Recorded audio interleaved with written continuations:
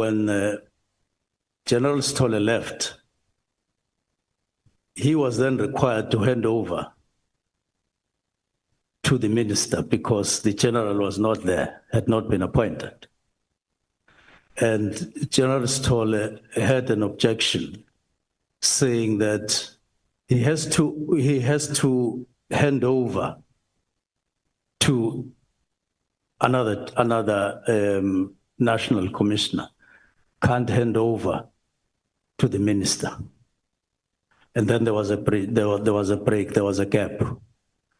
After that, what has been happening is the approval of finances, not, in other words, approval for funding, which is different from further approval for the existence of the political killings task team as per its objective, where you sit and assess the need as per the original objective. But the second point is that as early as 2019, the specialized units had been established. And the reason why there was an extended need for the existence of the task team beyond 2019, it was because the task teams, the specialized units that had been envisaged to replace the task team were still in formation. In other words, they were still being established. Now, the view or the vision was that once we will have all these specialized task teams fully functional, you would then cease to have the political killings task team, which itself was a kind of a silo, because it pulled different people from elsewhere, put them together elsewhere, and they were dealing with one province in isolation of other provinces where otherwise matters were taking place. Now, you then needed to approve every year so that you justify the existence of the political task team, which would then form the basis of your approval for funding. That's where my argument is.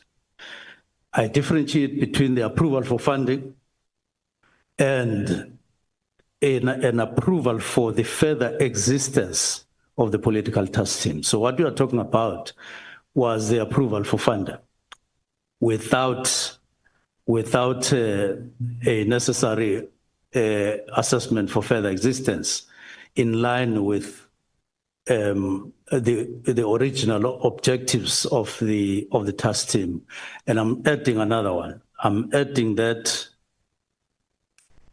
you now had a different scenario where you had units, specialized units, but which were still in formation. Now, by the time General Masemola approves, as he has done this year, he is doing that over and above the study that got approved in 2019, which has the political killings task team already as a subunit and other specialized task team, including taxi violence and so on. And this is a structure that we approved in November last year, because we looked at that work study of 2019, which had been approved and signed off. And we say here, you have what is ideal. Now, remember, by the time we approve the structure, we have the imperatives of the 7th administration, which among others say, you need to make people of South Africa, all of them, feel safe. Not some people somewhere. Not a certain grouping of people called public representatives or councillors or those who are political. You now have a new direction, a new political imperative that say protect all the people of South Africa, make them feel safe. And in fact, it is in line with the Constitution of the Republic. the Constitution of the Republic doesn't allow you to protect some and not others. It doesn't. So when we looked at that, that is when I wrote the directive. I took into consideration, I'm still going to go to the reasons, but I'm just picking up that you had to, you can't freeze people. You now have a new structure that caters for the needs, for the need of the, or further need of the political killing stars team. You are establishing those specialized units, and you have actually gone to establish others, and that you are on your way going forward. But then you still approve the existence. Now, what are you finding? You are going to find that those people who are in the murder and robbery unit that was approved in 2019, approved again when we did the structure in 2024, they are going to sit and not do their work because the political killing stars team is there, and or it's them who are not going to do work. That's what you're finding in Gauteng, for instance. They have these units in terms of the new structure. Serious and violent crimes, and you have organized crime.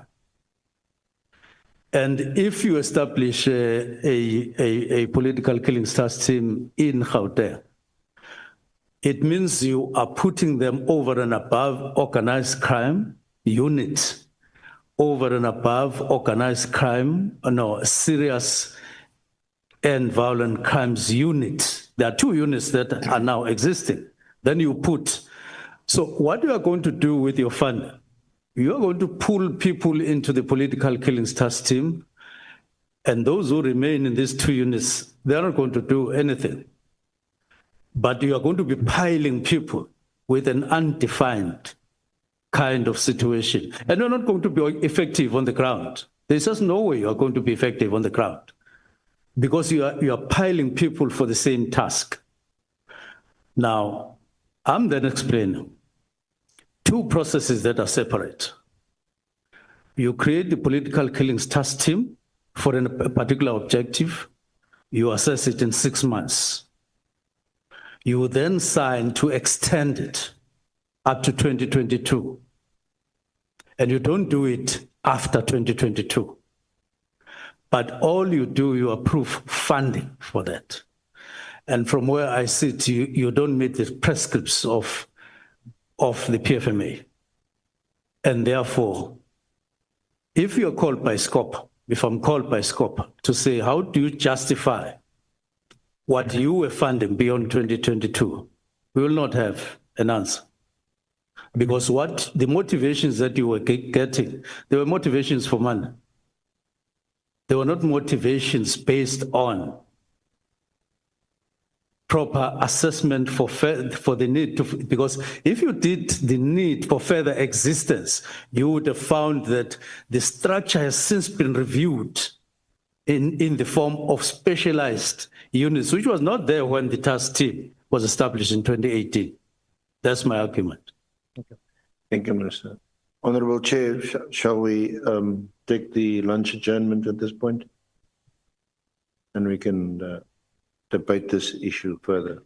Thank you so much. Honorable members, and thank you, Minister. Honorable members, I'm giving you a break of 1 hour. We will return at 14 hours.